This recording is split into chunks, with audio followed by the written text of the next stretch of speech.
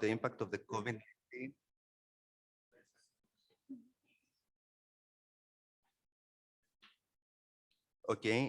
on the health and well-being of people's use and perception of green spaces in Tunisia.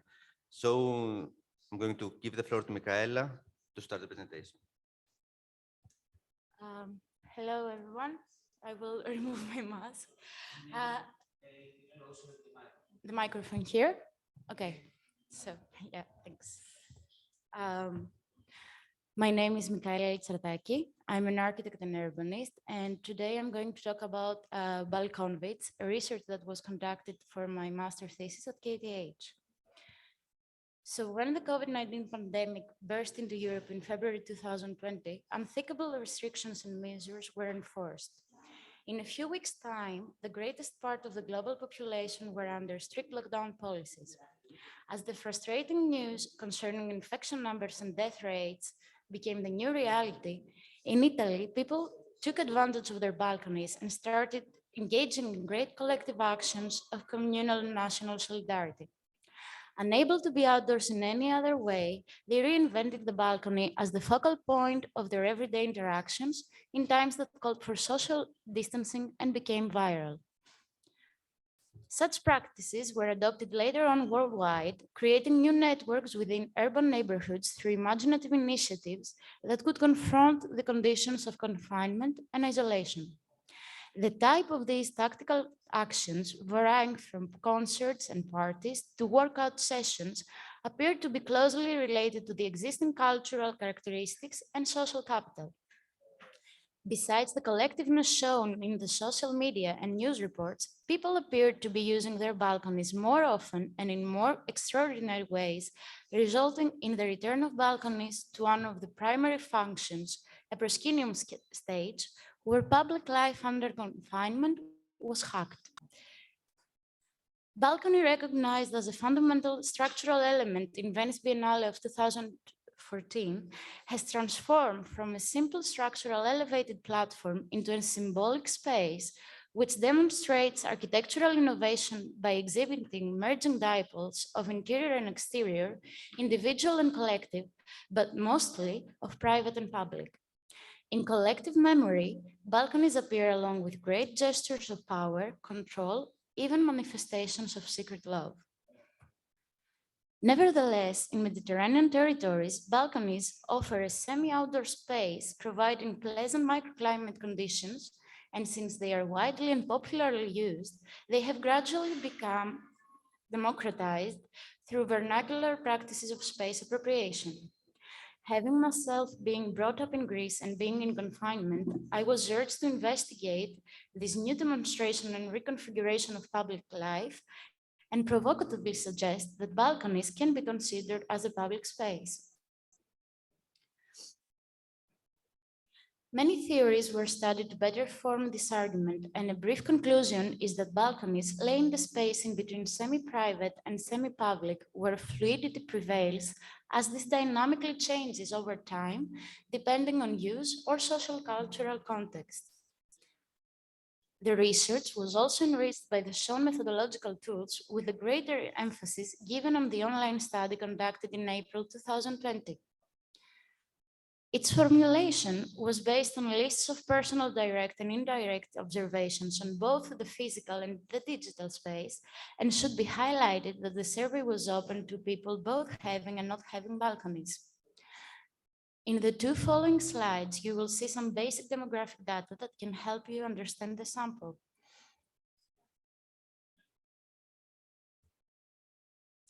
So, the first set of questions aim to investigate the given spatial characteristics of balconies and their owners' perception concerning their use and functionality. This infographic depicts a typical balcony layout and use according to the responses received concerning the use and the frequency of certain activities that take place in balconies. These questions, which were addressed to both balcony and non-balcony users, were simultaneously received as a reflection mechanism on the potentials that balconies bear, besides their typical function. The second part of the survey was dedicated to the COVID-19 pandemic period, specifically during confinement. The questions were focused on grasping the new reality that emerged and how the use of balconies may have shifted due to these conditions. An overall comment about these results is that people were more involved or eager to get involved in collective activities and socializing more frequently with their neighbors and passers-by than pre-COVID times. It is also possible that although some communities appear to be less active or organized, people would be eager to participate in such community practices as well. A similar feeling was expressed from people without balconies, 64.5% of whom reported that having a balcony would have made it easier and more comfortable to participate in such actions and initiatives. The list of the emerging pandemic balconies or balconovits presented as urban rooms is summarized in this illustration. Each one of them shows the most common answers concerning the use of balconies, especially during the pandemic, synthesized in an on-site specific configuration, which stresses the potentiality of their proliferation regardless of the spatial context. Positive responses and potentialities were also reported in terms of collective actions during confinement, which could also strengthen community ties and enhance social support. These results highlight a momentum that can favor advocating and reconsidering balconies as an important element of building structures, especially in cities.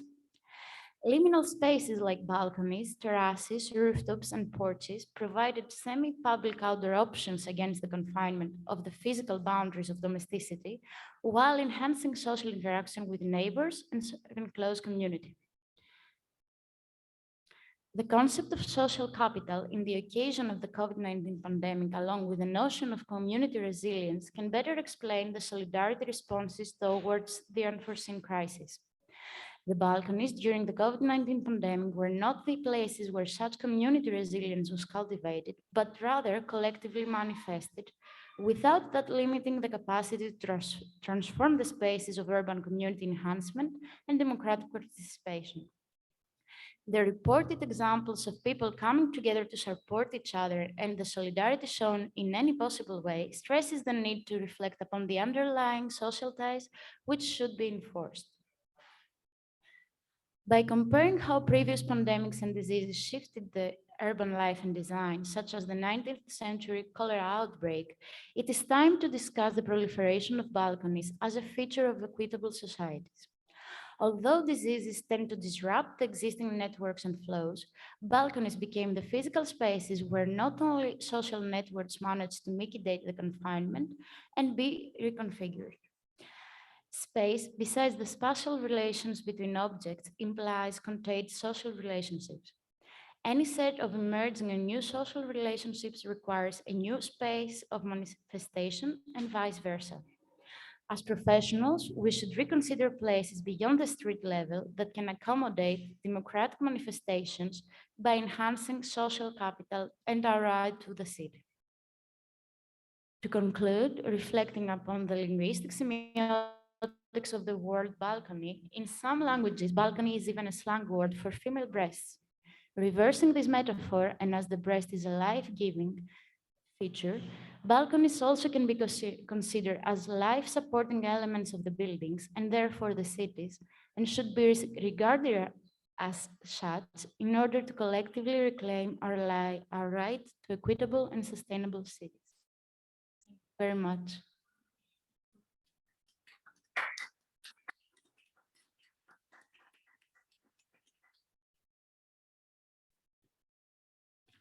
We're moving to the second presentation.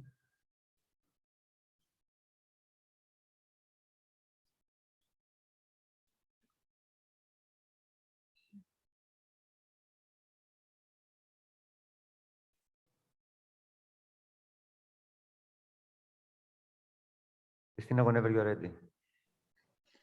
Hello, everyone. Can you hear me? You can share your screen if you want.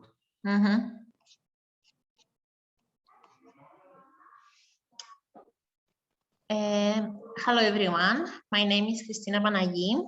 and I'm going to briefly talk about the development of a design studio using a blended approach to education and participation, taking the advantage of positive aspects of the COVID-19 crisis.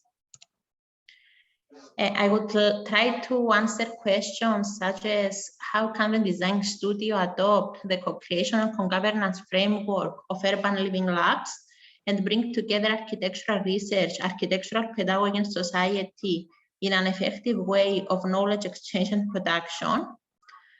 And in which ways can this co-creation pedagogical model bridge academic research, teaching and society, especially in the post-pandemic world? My ongoing research at the University of Cyprus is based on a pedagogical approach underpinned by a co-creation framework aiming to bridge the gaps between academic and society by transferring knowledge from research to pedagogy to stakeholders and vice versa.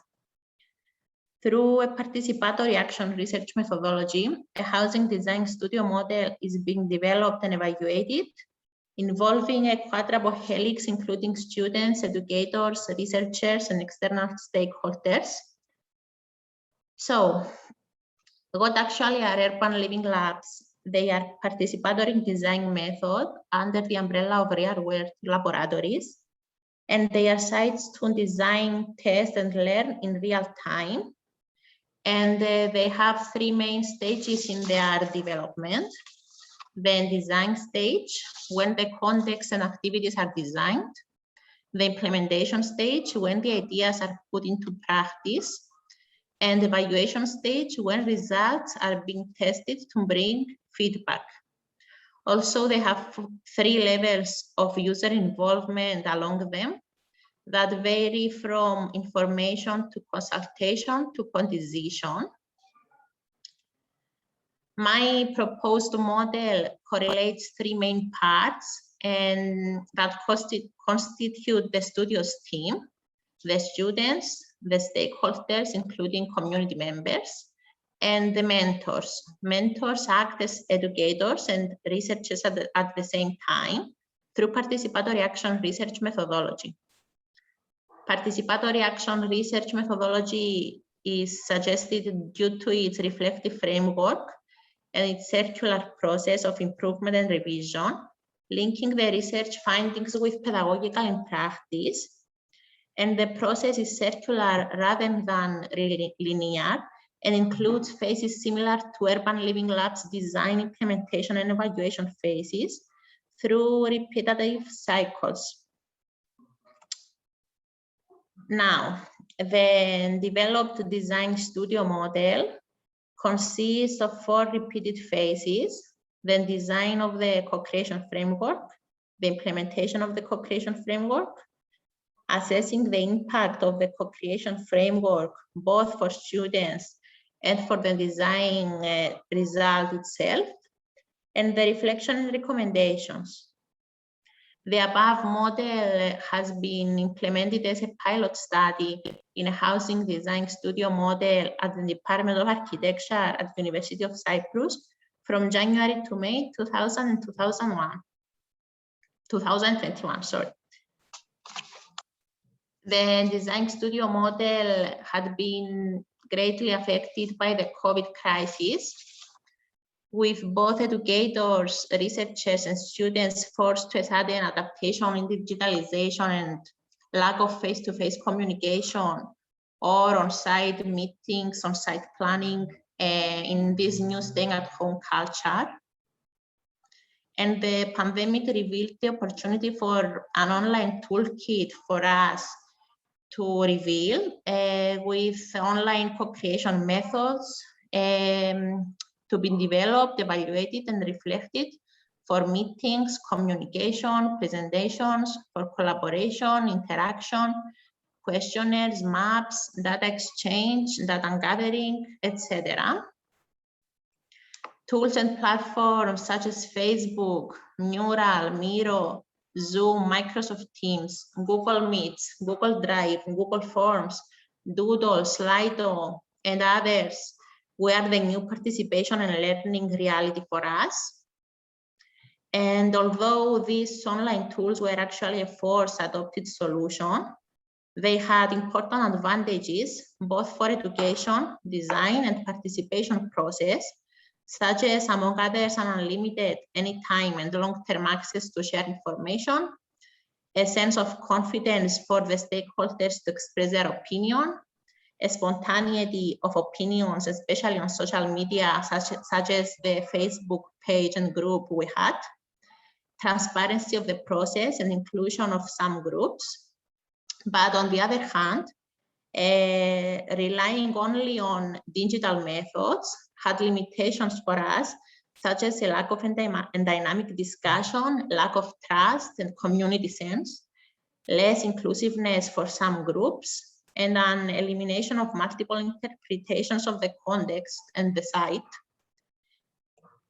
And overall, the design studio in a state of pandemic, as well as in a post-pandemic world, can be developed using a blended approach to education and participation, taking the advantage of positive aspects of COVID crisis and guiding students, educators, researchers, and stakeholders through new opportunities. Thank you.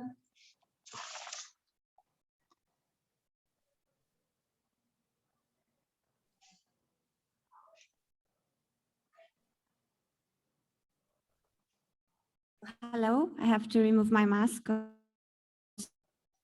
So, many thanks to of this conference and the technical team for all the support. It's the first time after 2 years that I have the chance to attend an in-person conference, and I think we all are very happy. I'm not an expert on participatory design issues, but I hope I will be able to contribute to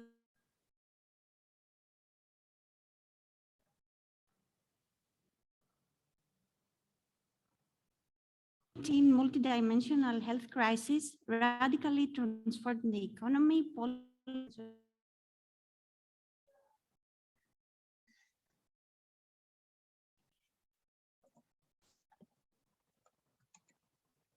social life. The series of measures in political activity. The years 2020 and 2021 have seen a fundamental disruption to the usual way of life of citizens worldwide. Many countries have responded to the COVID-19 emergency by imposing restrictions on the citizens' ability to assemble and partake in protests and political action. Furthermore, the changes in policing regulations aimed at granting law enforcement officers the ability to police the public adherence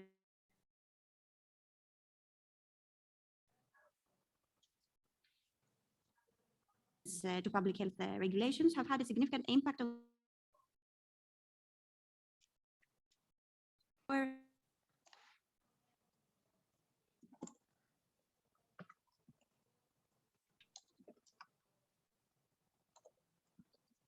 politicians worldwide. In many countries, for example, France, United Kingdom, Ireland, increased political participation, and in particular, it increased some forms of or more informal politics, political protest, and in particular in times when fundamental human and social rights were challenged, like for example, the access to care.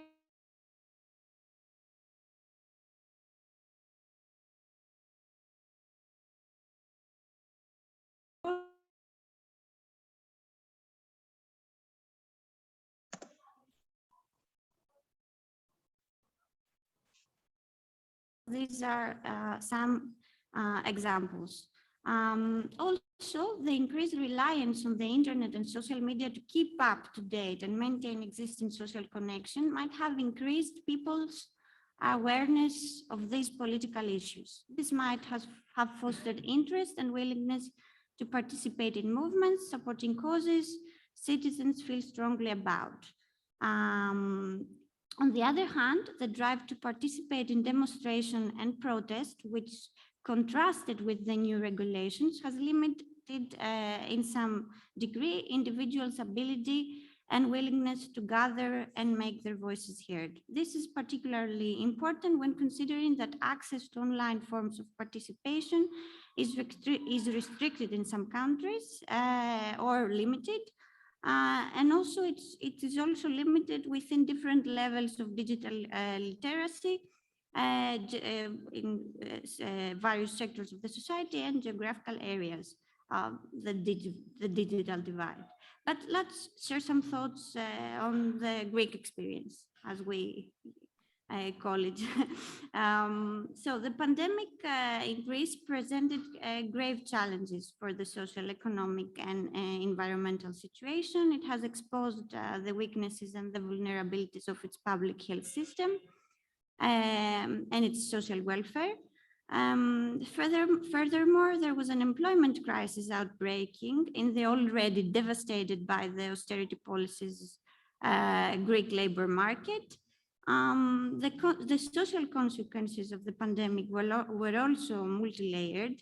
Gender-based violence and domestic violence exacerbated. Likewise, gender-related and racial inequalities increased. To cope with the disease, the current Greek neoliberal government adopted a preventive model with the imposition of successive lockdowns and restrictions in movement, also offering at the same time some minimum compensations to professionals from sectors of the economy that were hit hard by the coronavirus pandemic. At the same time, the measures introduced to reinforce the capacity and the efficiency of the healthcare system were scarce and insufficient. In this context, since the beginning of the pandemic, and particularly in the second phase of the lockdown periods, which was between November 2020 and May 2021, there was several protests broke out, some of which were dealt with police violence and citizens' arbitrary persecution. Digital communication and social media played an essential role in mobilizing these protests. However, in this case, political protests were organized mainly by traditional actors, unions, political organizations, parties, etc., that actually used the digital and alternative channels to mobilize as a tool. On a smaller scale, digital communication was crucial to the organization of solidarity initiatives, especially in the first phase of the pandemic. On the other hand, the series of the pandemic-related measures had a severe impact on the quality of domestic life in Greece. Although the COVID-19 health crisis didn't actually pause political mobilization and collective form of actions, it significantly impacted the micropolitics of daily life.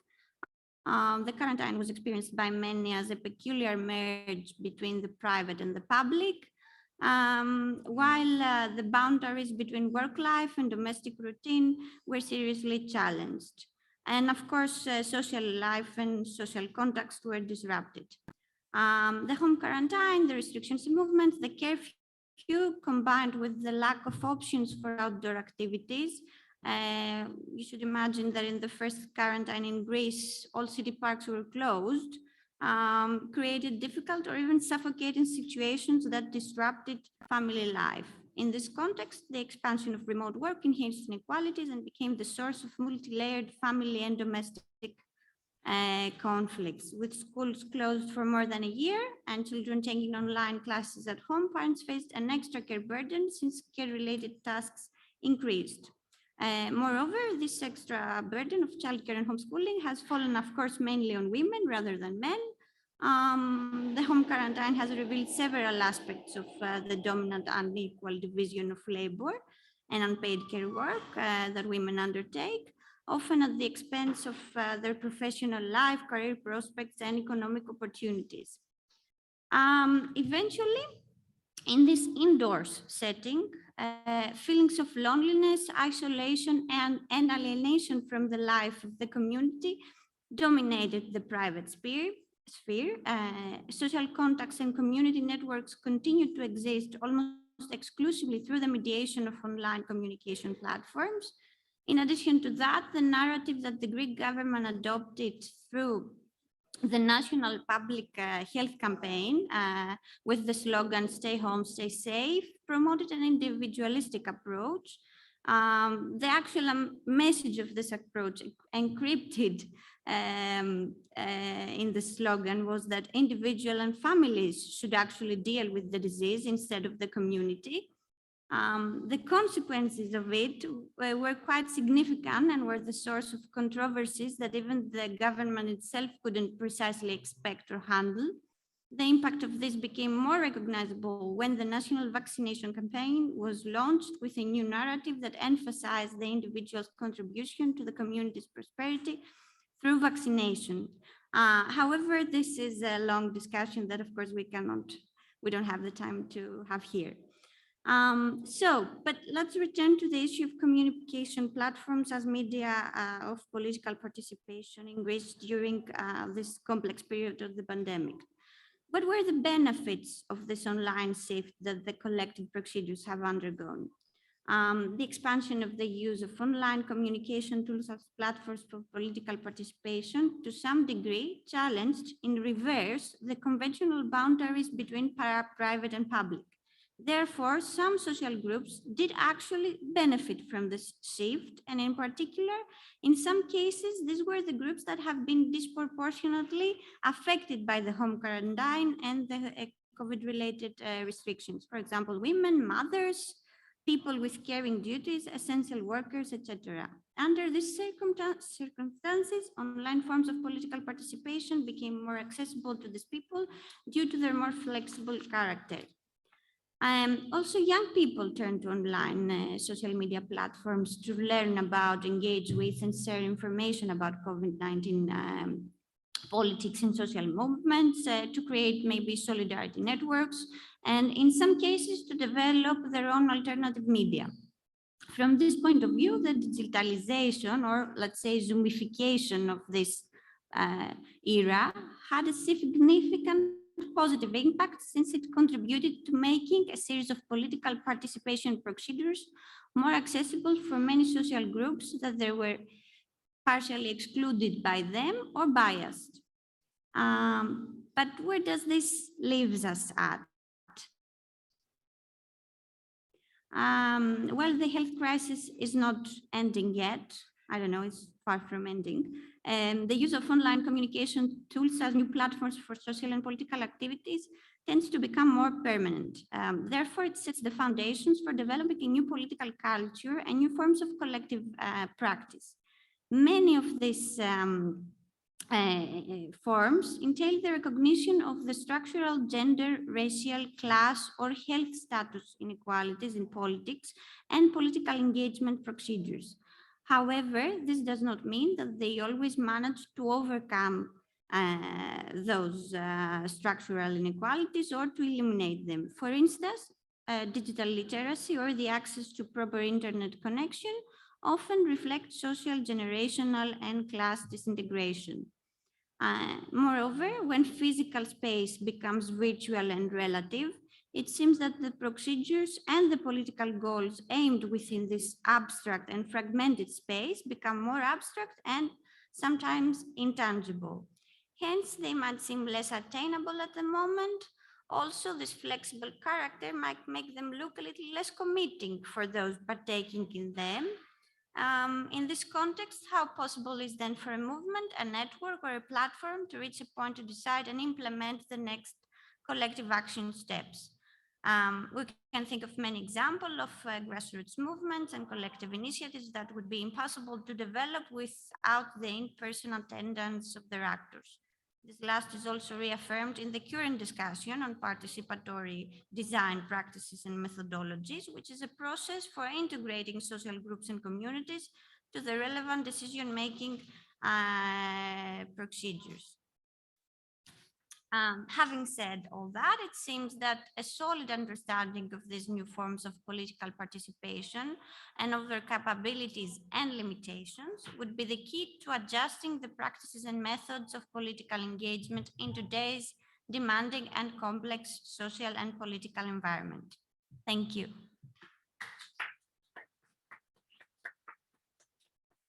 you. We're moving to our last presenter, Rania. The floor is yours. Yes.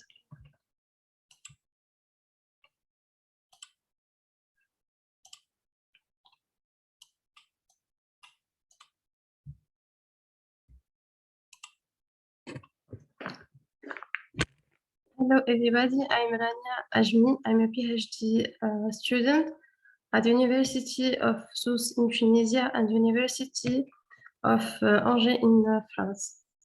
So today, the presentation is about the impact of the COVID-19 pandemic on the health and well-being on people's use and perception of Tunisian green spaces. First of all, I'm going to present the background and goals, methodological approach used, results, and discussion. So green spaces' relevance in supporting healthy living in urban environments has recently resurfaced as a topic of discussion. The importance of green spaces to one's health has been acknowledged, and it's one of the most motivation for 19th century's urban park movement. And a novel coronavirus and related sickness were discovered in China in December 2019 and soon spread over the world as a pandemic. So the vast rise in infections and deaths put public health systems throughout the world and put governments to take extraordinary steps to manage the epidemic. In these unique conditions, being able to maintain contact with nature from home may have had a significant positive impact on mental health. So while Tunisia is dealing with the second wave of COVID-19 and the potential for new developing disease to emerge soon, we need to better understand the elements that aided mental health during the lockdown so that measures and strategies may be better created. So the aim of the study is to investigate the impact of green spaces on citizens' well-being during the health crisis period in a coastal city in Tunisia, and to identify the link between the well-being of inhabitants and vegetation contact.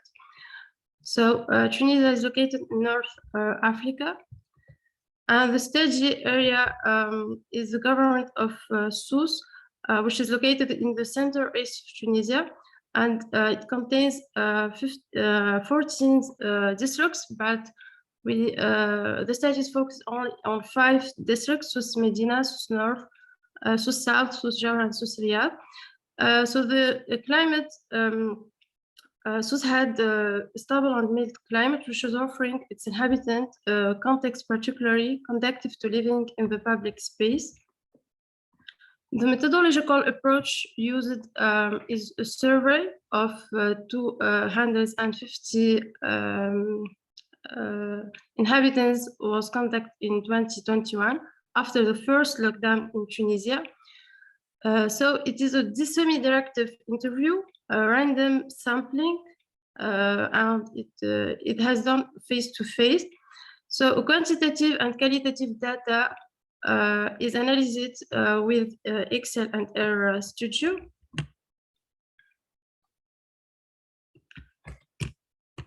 The survey, so the questions of the survey is about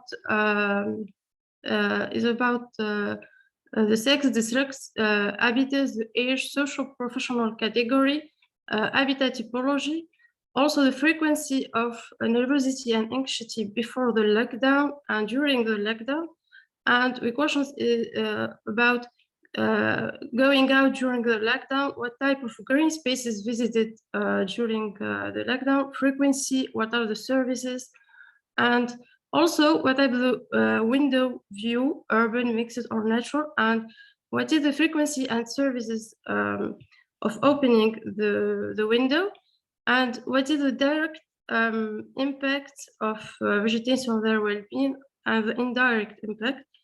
And the questions also the need for plans during the lockdown to overcome the crisis situations, and finally planning projects for green spaces project. So the sampling of the survey So we questioned in South Geograph 25%, South North 15%, South Riyadh 50%, and South South 11%. The interviews were 50% female and 50% male, and most of them are between 20 and 30 years, and between 30 and 45 years old. They are most employee with 27%, and trader or entrepreneur with 22%. Then we had done the univariate and bivariate analysis. So the graph one, according to the graph 1 month before the lockdown, most of respondents did not once feel nervous, with 92%, or anxious. And during the lockdown,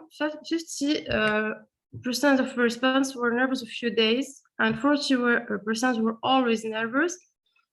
So 50% of respondents did feel anxious at least once during the lockdown, and 30% did feel anxious a few days during the lockdown. So after the announcement of the first lockdown in Tunisia, most of people did feel nervous and anxious. So according to the graph 1, 62% of inhabitants did go out despite the lockdown announcement. And from the graph 2, we can see that 60% of who did go out live in an apartment, and 40% live in a villa. Indeed, inhabitants who live in a villa can go out to relax and take in some fresh air in their private gardens. The results show that people who never felt nervous, or even for a few days of them, left their homes. Nevertheless, there is a group of people who have always been nervous despite leaving their homes. Indeed, the state of health crisis formally influenced the psychological state of inhabitants of Sousse. The reason for which inhabitants have during the confinement, the lockdown, can be numerous, but it is essential to identify where it went out and why to do it. So, according to graph 1, among the people who went out during the lockdown, 29% of them went in their neighborhood, taking the fresh air. 20% went to their private garden. 18.5% went out to work. 70% of them changed their air in the balconies or roofs of their houses, and 12.5% went to the countryside, while 3% only of residents went to public gardens or parks. So from the graph 2, we notice that the people who frequented their private gardens, 39 of them were nervous for a few days, and 25% of them never felt nervous. While the people who went outside in their neighborhood, 52% of them were nervous for a few days. So we can see that the importance of vegetation in their habitat. According to the graph 1, the result shows among people who frequented the green space of Sousse during the lockdown, 85% of them frequented their private garden, mostly of them every day. 35% went to the countryside, but less often, mostly once a week, while 8% frequent the public gardens and parks once a week. So from the graph 2, we noticed that the people who had direct contact with green spaces, most of them helped them a lot to overcome the situation mentally.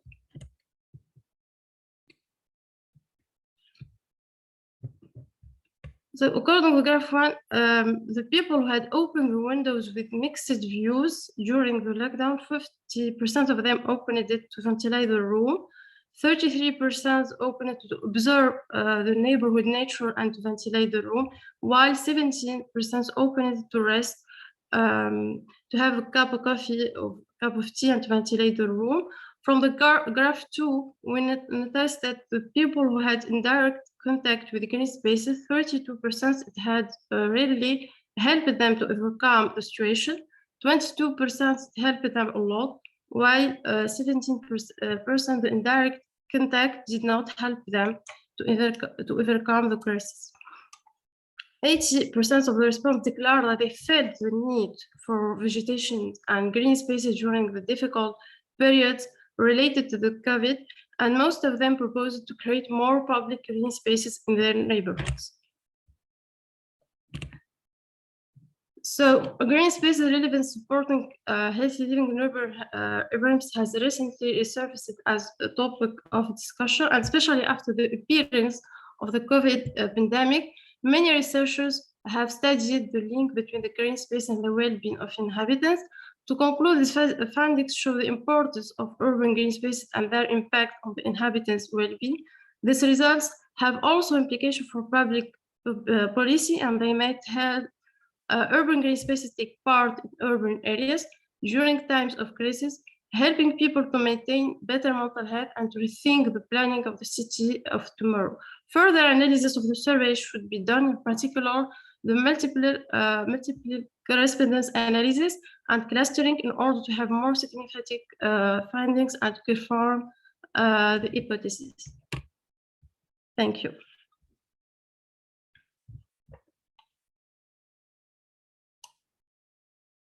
Very much, Rania. I think we have some time left for Q&A session. I don't know if anyone from people who are here want to ask a question.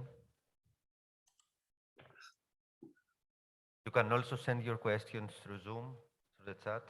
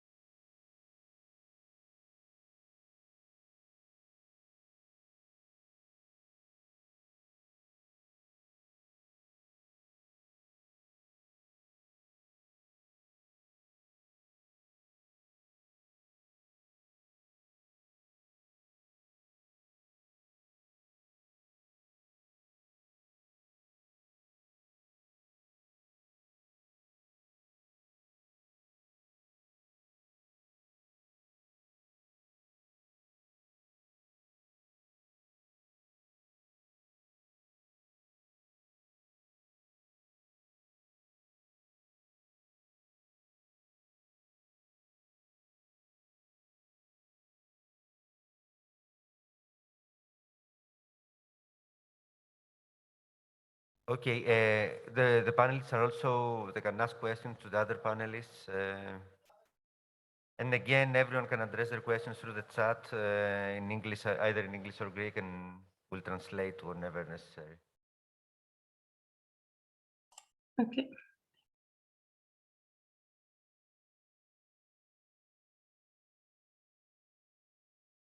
I could ask Rania, for example, from the last presentation, if this increased need for public spaces, which was noticed, I mean, worldwide, and in Athens we had a huge problems with the lack of public spaces, if Yes. this led to any kind of redesigning or a collective claim for more public spaces, for more green spaces in the city. Claims were made on behalf of the civic society or social movements, or if the city moved on with a kind of new design, new plans for public space and green spaces.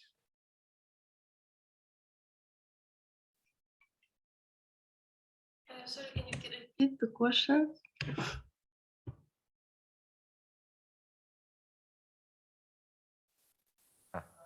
Okay, I will remove the mask. I would like to ask you whether this need for accessibility for public spaces during the pandemic and the lockdowns, I mean, in Greece, this was a huge thing because we have a very important lack of public and green space in the city. If this was translated into any kind of collective claims on behalf of the civic society or social movements for more greener public spaces, or whether the local authorities took any kind of initiatives to support this network of green spaces in the city. Okay. In Tunisia and Sousse, there are not social movements about the urban green spaces, but when we conduct a survey, most of them declare that the public are not well maintained, the urban public green spaces, and so they are not equal spatial equality in the districts of Sousse, which is very important because, for example, in the south of Sousse, there is less urban green space than in the Sousse Jawhara. So the people declare that the municipality should invest in the urban green spaces in terms of quantity and also in terms of the quality also, because the quality of the urban green spaces are very poor. If I can see, and most of them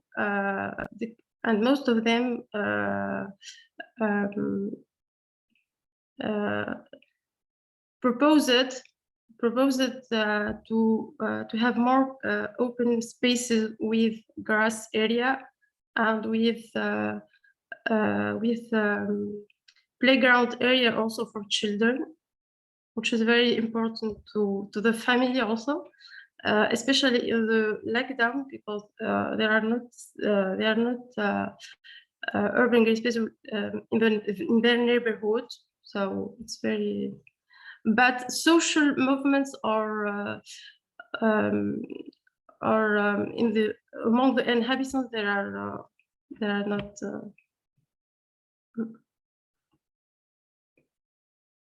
Thank you very much, Rania. Thank you. Any more questions?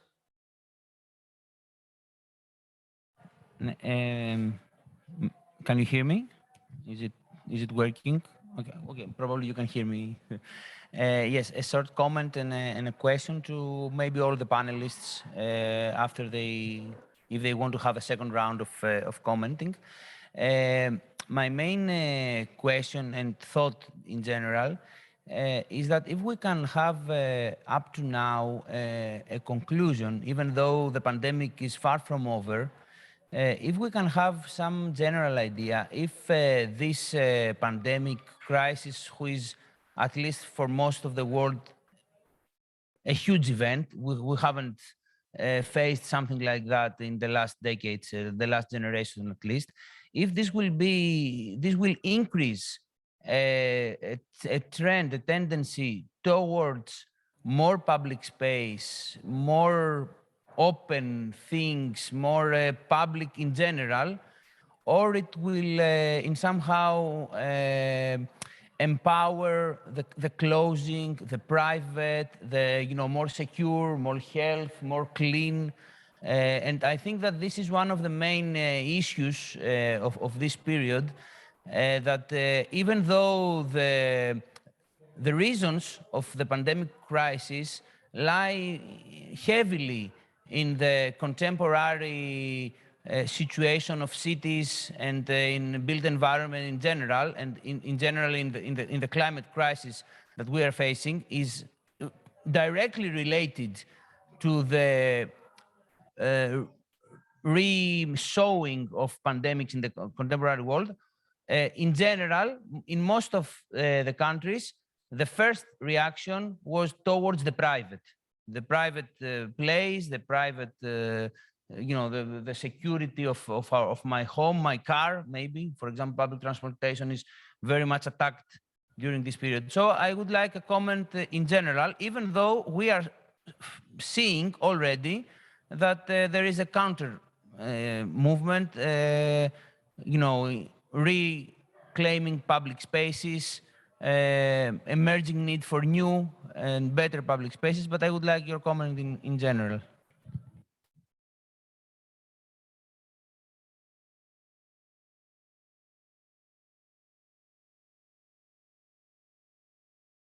And you can hear me. Okay. Thanks for the comment and initiating the discussion again.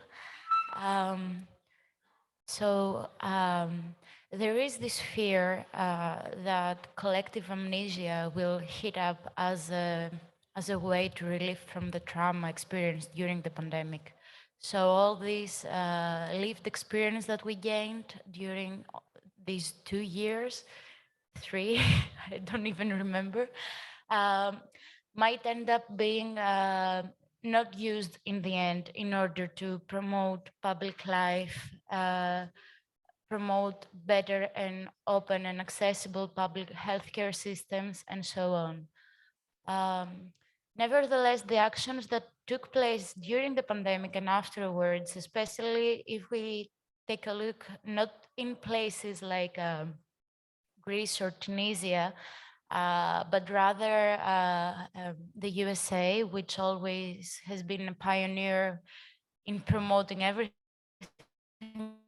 new in this world, although it's not their own ideas all the time, can actually give us some optimism in terms of what can be done to reclaim public life, because now they have started many initiatives in terms of urban design through which they reclaim the streets. Tactical interventions happen in order to test and see whether they can promote bikes, for example, or pedestrian lanes, outdoor seating, and so on.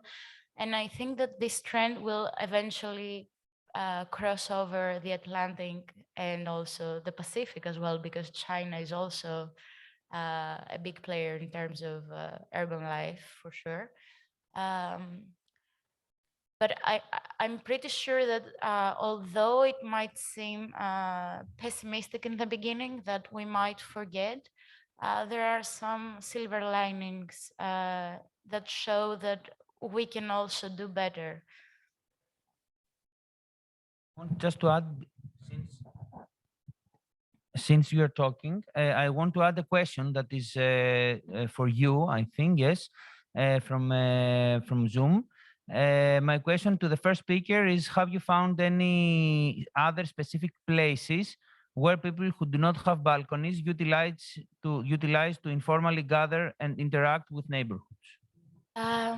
So yeah, the whole concept was that balcony is rather a spatial manifestation of the liminal space rather than a structural feature per se as we know it.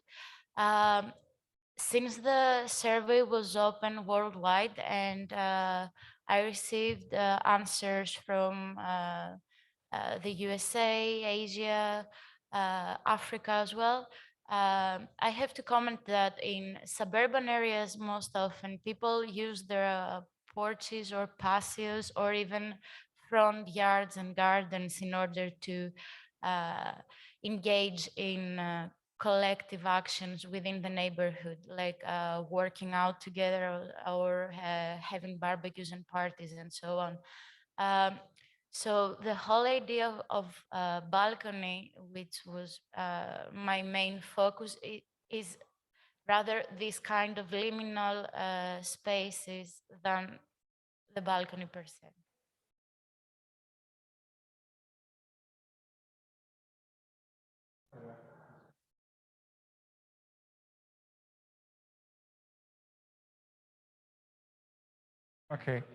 Okay. Without the mask, maybe? Okay. Hello. I live in Paris, and in fact, I'm a little bit surprised by the discussion, because I had the sense that in Paris, the lockdown was actually an accelerator in terms of certain aspects of public life or urban life. It seemed to, first of all, there were, on the theme of balconies, everywhere, there were these sort of spontaneous or even planned balcony parties where people would, in several buildings would kind of join together. to have a party at a certain time of the day. There were also parties on landings where everyone stayed at their door and communicated. There was that. Then there was the fact at another level that the municipal government sort of seized the moment to put in bicycle lanes everywhere, plans that it probably hadn't thought it could implement for years to come. And suddenly it was able to put them in overnight. We all went out one day and discovered in the middle of an avenue near our house that there was a new bicycle lane. Also, the disappearance of parking spaces in favor of cafes as things started to open up again. And all that produced a kind of an irreversible trend in that people now can't imagine doing without a more intense relations in terms of urban proximity, you know? So, I mean, I don't know, have you found other places in the world where there were similar kinds of situations occurring? I really, I mean, it's odd that I got the sense from your comments that in a lot of places, the lockdown may have inhibited the growth or the improvement of public space. And honestly, I have the sense that it was very much the opposite where I come from.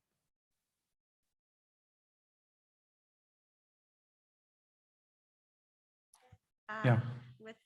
After your intervention, well, my sister lives in France, so we kind of share the experiences.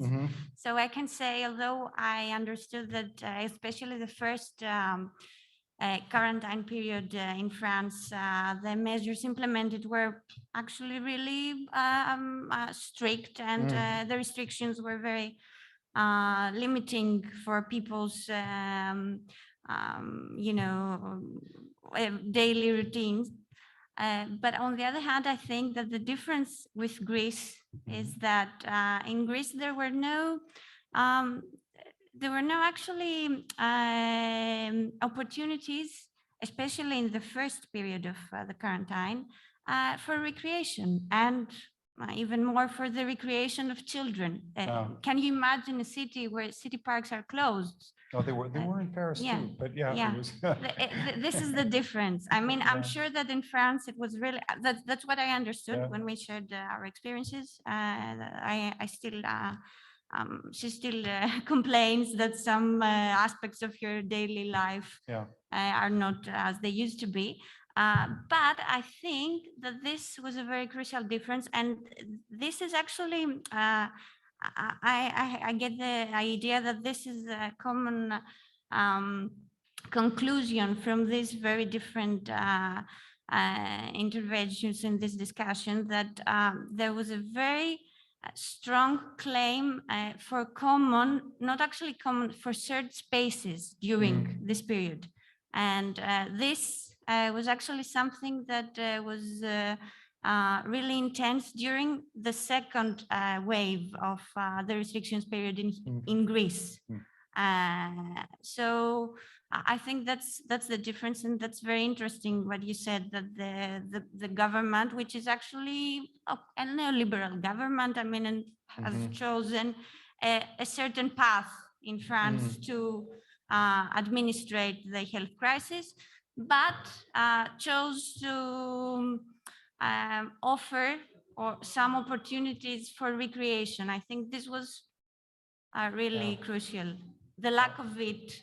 Yeah, no, it would be interesting to, actually, in it's a socialist government, and the socialist government in Paris had its own positions, and it would be interesting to see how much sort of, how much tension there was between decisions made at one level and at another.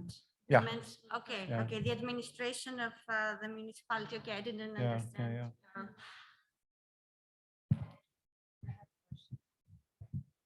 Just a minute, does anyone from the online presenters want to add something or comment? Okay, we have one more question. Yeah, so this question is for Aliki. You mentioned the gendered aspect of caring during the pandemic, and I also have read that in terms of like caring responsibilities, women bore the brunt of, of caring for the home and children. Do you think that this is something that will, carry us through even after the pandemic is finished, or would that create like a space for a more kind of emancipatory action in terms of like within feminism and the patriarchy? Obviously, I'm talking about like the Western side of things, because I mean, that's what I've read. I was just wondering, what are your views on that? Well, this is, I mean, this is very important what you stress, because of course, during the 2 years of the pandemic in Greece, we had also the first Greek Me Too. And I think there's also a very significant feminist trend in the Greek society. So I think it's going to be an ongoing debate. We cannot yet conclude. Yep. But I think, yes, of course not. But the truth is that, of course, women bared the burden of the care-related tasks during the COVID-19.